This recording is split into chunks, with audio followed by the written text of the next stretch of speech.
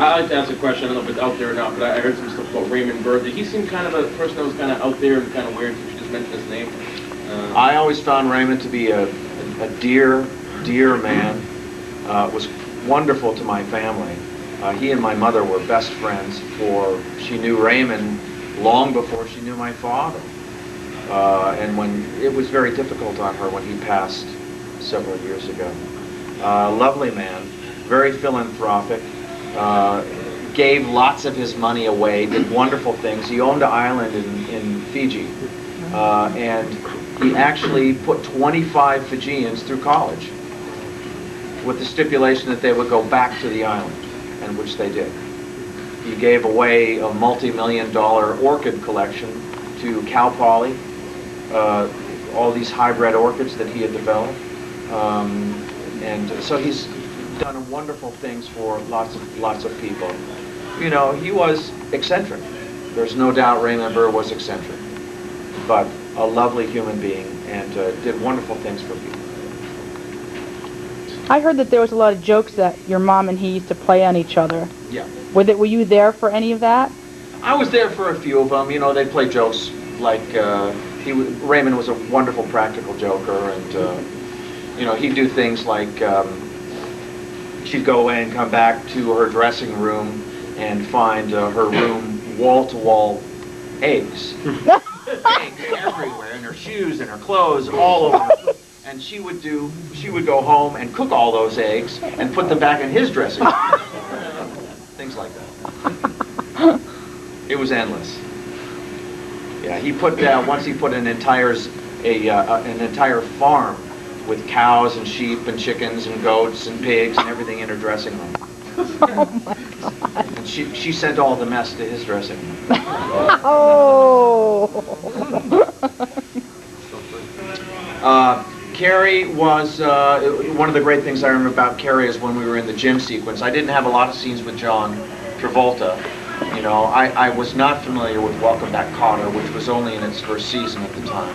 But John was teaching he loved to teach tap. So he'd lay out boards and teach a tap class at lunch. And he was just a great guy. He had just started flying at that time. And of course he had a passion for planes and flight. And he became a famous pilot now. And I think he was a new Scientologist at that time too. Another piece of trivia about Carrie is when the gym set caught fire, when she lit fire, the actual studio caught fire. And the AD was calling for the fire department, and Brian was saying, "Keep rolling, keep rolling." Oh, wow. Oh boy. Yeah. So that's what I remember about that. How was the working with Nancy and PJ Phillips? I became fast friends with PJ. Up until just a few years ago, I've lost touch. We were friends for a long time. Nancy, I did another film with Nancy 3 or 4 years ago. I did a film with Nancy through Sneak Preview Entertainment, a film called Circuit. And her and I played husband and wife. She was just delicious to work with. She's a lovely gal. Yeah. PJ Souls visited the area about a month ago. Oh, did she? Down in Worcester at this horror convention they call a Rocket Show. Yeah. Great, lovely lady. You know, still the same bubbly personality. Yeah, she's terrific. Did you have a question back there? Yeah. Typically, you tend to play like the good guy. Do you have you ever thought about playing like the villain, the bad guy? Well, the film I just mentioned, Circuit, I was a really nasty, mean bastard. I've played plenty of villains, you know, over the career. You know, I've had a career. I've been in the business 38 years now, and because of that, as I've gotten older, particularly due to attrition, I've kind of grown into some other types of roles. It's just, I don't know, I could have saw you instead of John Cusack playing 1408, and also Halloween. I could see you playing the part, the new one of the stepfather. Oh, you did. I just think it would be different. Yeah, it would be different, but you have to convince the studios or the people that are producing these films, you know. So we'll start a letter writing campaign, you know. I'll see you right afterwards.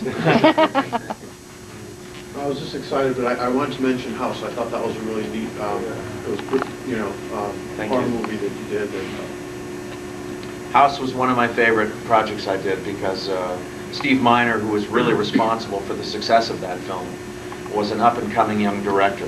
And all of that sense of humor in that film was due to Steve Miner. He was really synonymous with House. You couldn't make it without him. And I thought House 2, 3, and 4, the franchise that they created, was not nearly as successful because they used different directors and a different cast. You weren't in it. Yeah. did you have a question over there? Yeah, I just want to know if you saved anything from the Greatest American Hero. Gosh, I wish I had. You don't I have wish I had. Not even the costume? No, Yes, I they didn't would save have the to costume. suit. They had 5 suits at the time, and I could have taken one, but I did not. you know, are wound up. Just, I don't know what happened to them. I think the real ones got put into storage, and as the in the early '80s, as conventions really became more and more popular, I think those suits disappeared. Is there a role that you turned down that you wish you didn't? Is there a role I've turned down? There's roles I've done that I wish I had. I really love. I'm a theater kind of gypsy. I love doing theater, and when I have an opportunity, that's what I like to do is theater. Yeah. What was your deciding factor? What? Oh. you work for Betty Buckley and Carrie. I did work with Betty She's Buckley. a real famous Broadway. She sure is. She still Did you is. learn her talent? Did you learn anything that she would give you for when you were on Broadway? No, Betty and I never worked together on stage.